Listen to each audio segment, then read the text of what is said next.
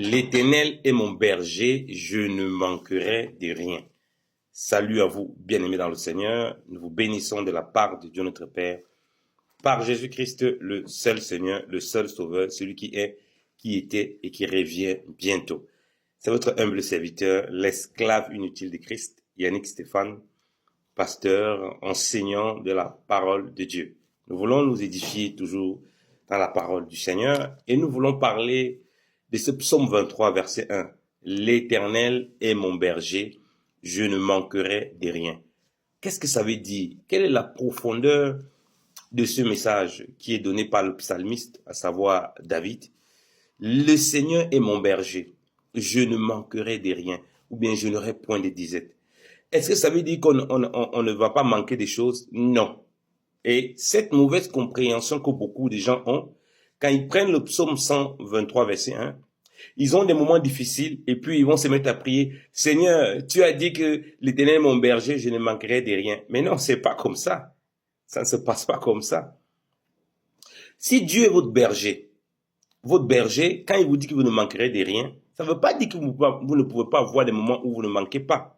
C'est bien ces moments où vous allez manquer et quand vous allez manquer qu'il va pouvoir. Parce que si vous ne manquez pas, à quel moment il va pouvoir? Donc parfois les gens prennent des raccourcis. Vous voyez? Normalement, dans la vie, on doit manger quand on a faim. Mais nous vivons dans une société où on ne mange plus quand on a faim. Vous savez qu'à quel moment les gens ils mangent? On mange à temps et contre-temps. C'est pour ça aussi qu'on a beaucoup de maladies de nos jours dans nos sociétés. Parce qu'on mange à temps et à contre-temps.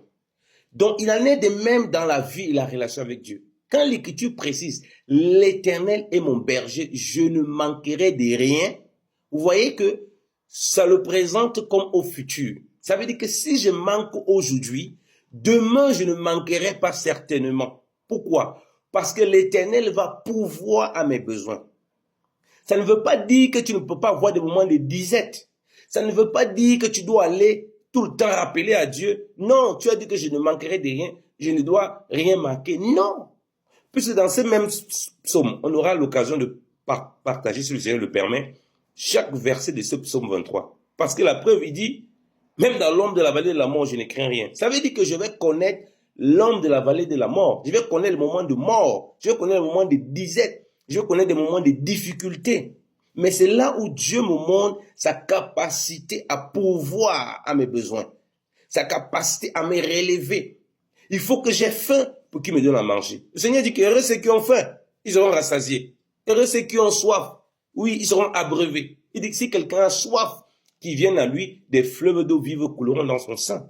Donc, quand on dit l'Éternel est mon berger, je ne manquerai de rien, en réalité, on montre ici, Dieu révèle par David que celui qui s'appuie sur l'Éternel, en réalité, Dieu est celui qui pourvoit en toutes choses. Il ne s'appuie pas sur ses capacités financières, il ne s'appuie pas sur ses richesses, il ne s'appuie pas sur ses biens matériels, il ne s'appuie pas sur ses relations avec les hommes. Non, parce qu'il est conscient que c'est Dieu qui pourvoit en réalité. Parce que mon travail, je peux le perdre. Des amis, je peux les perdre. Mes richesses, je peux les perdre. Mais si c'est l'Éternel qui est mon berger, c'est-à-dire qui est mon conducteur. Parce qu'un berger, c'était quoi? C'est le pasteur. Un berger, c'est celui qui conduit le bétail, le troupeau, les brebis vers le pâturage qui est bien. Vous voyez? Vers le pâturage pour qu'ils se nourrissent. Donc ça veut dire que c'est Dieu, en d'autres termes, c'est Dieu qui tient et qui détient ma vie entre ses mains. Au-delà de toutes les bonnes choses que je peux avoir, au-delà du travail, des richesses que je peux avoir, du bien matériel que je peux avoir, je suis conscient que c'est Dieu qui pourvoit à mes besoins. Alléluia. Ouais, c'est pas le même paradigme. Parce que si vous dites l'Éternel est mon berger, je ne manquerai de rien. C'est dans le sens où vous voulez attraper Dieu à la gorge. C'est-à-dire que tu dois pourvoir mes besoins. J'ai telle situation, il faut que tu agisses. Tu dois faire comme ça. Mais là, vous devenez des manipulateurs et vous ne pouvez pas manipuler Dieu. On ne manipule pas Dieu. Dieu donne chaque chose en son temps. Il est le maître des temps et des circonstances. Le même Dieu qui peut donner beaucoup de choses dans l'abondance, le même peut te mettre dans la disette. Et c'est là comme épreuve. Rappelez-vous que Jésus-Christ a été dans le désert 40 jours sans manger. Il a été en jeûne. Vous voyez, et le diable l'a tenté. Mais il se nourrissait de quoi? De la parole de Dieu. L'Écriture précise que l'homme, dans Luc chapitre 4, verset 4, dans Matthieu chapitre 4, verset 4, l'homme ne vivra pas seulement de pain, mais de toute parole qui sort de la bouche de Dieu. Donc quand on dit l'Éternel est mon berger, je ne manquerai de rien, et en tant que brebis, la véritable nourriture qu'il me donne, c'est sa parole. Et c'est ça qui me rassasie en réalité. C'est pour ça que je ne manque de rien. Pourquoi? Parce que dans cette parole est contenue les promesses et l'assurance de Dieu. Ce n'est pas toujours le pain physique. Quand je dis que je ne manquerai de rien, ce n'est pas que des choses matérielles. Je peux manquer des choses matérielles, mais en réalité, je ne les manque pas. Parce que tout ça est dans la parole. Et la parole de Dieu spirituelle que j'ai, elle est capable de me soutenir, même lorsque je suis en disette dans les choses physiques. C'est pour ça que je ne manque de rien. Vous voyez? Parce que même quand j'ai un manque, je n'ai pas vraiment de manque, puisque Dieu me soutient, même dans le moment où je manque, soi-disant.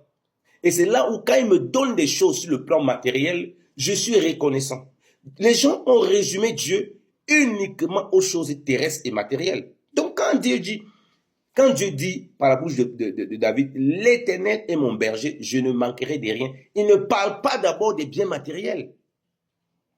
Il parle de la parole de Dieu qui, elle, ne passe point, qui t'accompagne toute ta vie, puisque l'homme ne vivra pas simplement de pain, mais de toute parole qui sort de la bouche de Dieu. C'est-à-dire le pain ici, il dit de toute parole de Dieu, pas d'une partie. Mais le pain, tu ne peux pas vivre tout le temps du pain.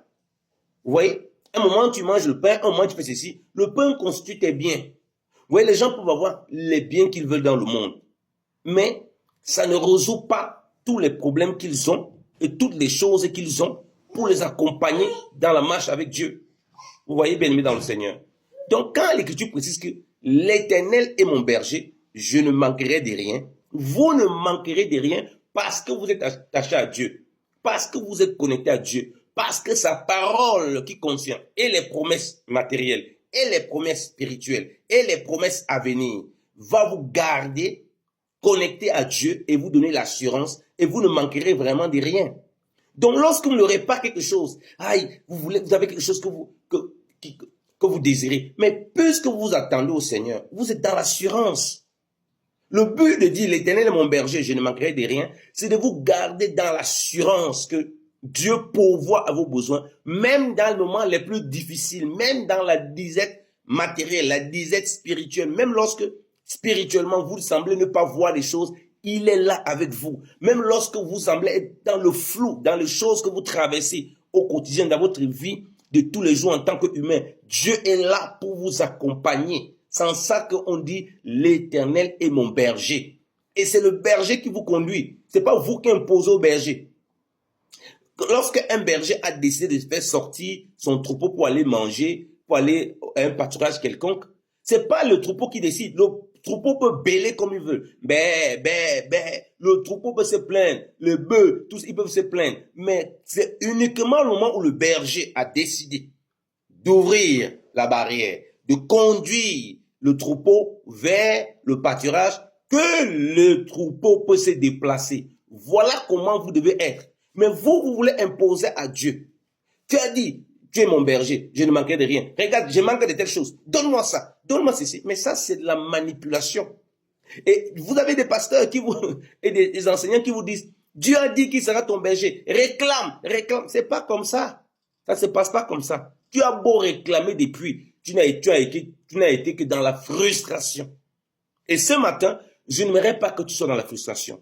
Voilà pourquoi la parole du Seigneur vient à toi, pour que tu comprennes que l'Éternel est ton berger, tu ne manquerais de rien. C'est pour que tu sois dans l'assurance, même dans ce que tu traverses difficile, même dans le manque que tu as. Parce qu'en réalité, tu ne manques pas, puisque le Seigneur est avec toi, puisque la parole de Dieu est avec toi. Donc, Dieu sait pourquoi chaque chose tu traverses, parce qu'il est là pour te former, il est là pour te bâtir, pour que lorsque tu as l'abondance, tu as les choses qu'il te donne, tant sur le plan matériel que sur le plan spirituel, tu restes toujours connecté à Dieu et tu le regardes toujours comme celui qui pourvoit. Que tous les biens que tu peux avoir dans ce siècle ne te fassent pas croire un moment que c'est ça qui va te garder de la disette. C'est Dieu qui te garde dans l'abondance et aussi dans la disette. Mets ta foi dans le Seigneur, qui est l'Éternel ton Dieu, pour te garder dans la disette en toutes choses. Tu ne manqueras de rien au don de Jésus-Christ de Nazareth.